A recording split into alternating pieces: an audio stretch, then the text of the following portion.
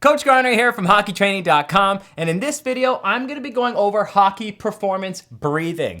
Now, breathing is a newer science in the world of sports, but it is a comprehensive science. So this video is going to be touching on the basics and utilized more so as a tool to open your eyes to the performance benefits that breathing can offer your hockey game.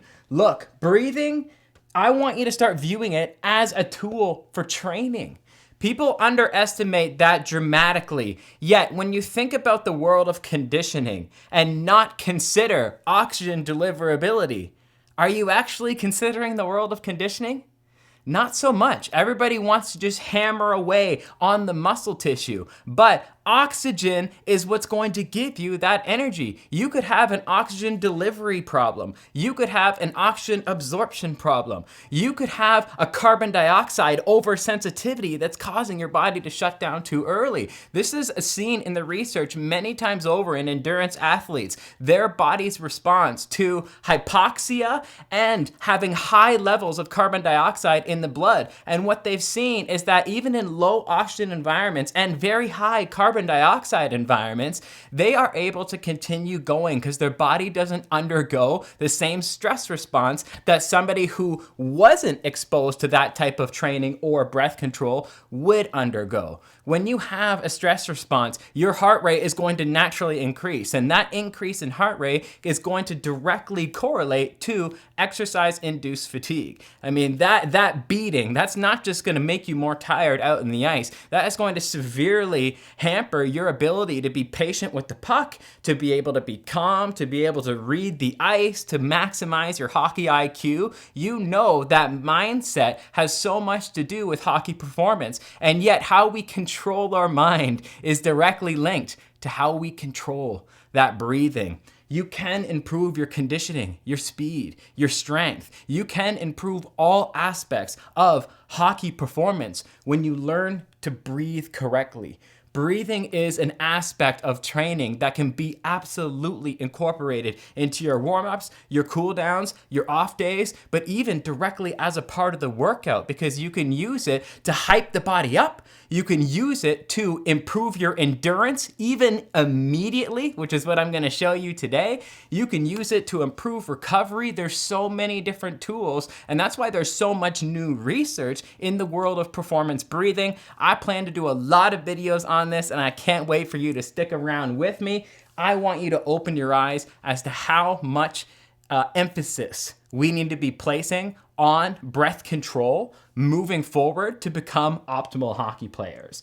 What I want to talk to you about today is something called a breath hold, also known as a strong breath hold. This is only one technique that you can use to see instant improvements in your hockey performance or in your hockey training, which then in turn is going to correlate, provided you're on a well-designed hockey training program, to improving your on-ice performance. And I do mean immediate results. It's absolutely fascinating data that nobody seems to be talking about in the world of hockey science.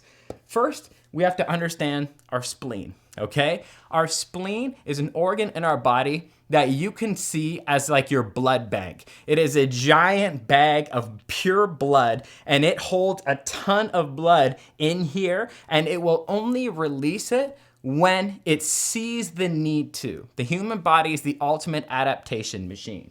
And when you hold your breath, you are naturally going to be in a hypoxic state. Hypo means low, oxic referring to oxygen. So if you hold your breath, your body's slowly going to utilize that oxygen, and then your oxygen blood levels are going to decrease until you enter a type of hypoxic state. When your body says, hey, I'm in a hypoxic state, I need to adapt to this state to ensure survival of the organism. What happens is the spleen says, okay, no problem. I'm going to release a bunch of red blood cells into your bloodstream right now. This is super key and important for you to understand because red blood cells are what carry oxygen. When you have more red blood cells in your bloodstream, it's like you have more transport trucks in your body that are able to deliver oxygen to working muscles. When you can perform breath holds, pre-workout, you can force your spleen to release more red blood cells into your bloodstream so that you have a greater oxygen transfer and absorption ability during exercise to immediately improve your conditioning. And the best part is that the spleen will not reabsorb those red blood cells back into its organ system until up to 60 minutes later. So this is something that you can do pre-workout. This is something that you can do pre-game. This is a true hack that you can utilize to immediately improve your conditioning. That is just one aspect of the amazing things that the breath world can do for hockey players.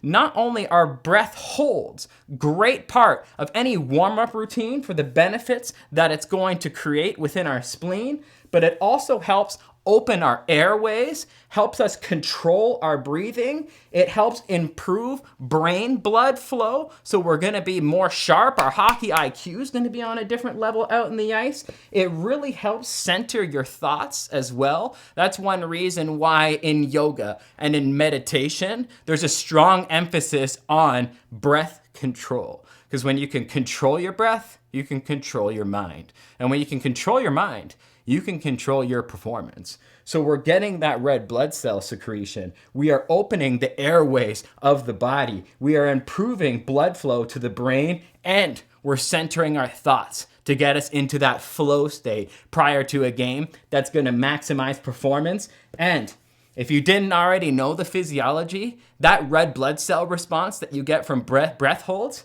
is the same response that you're gonna get from altitude training.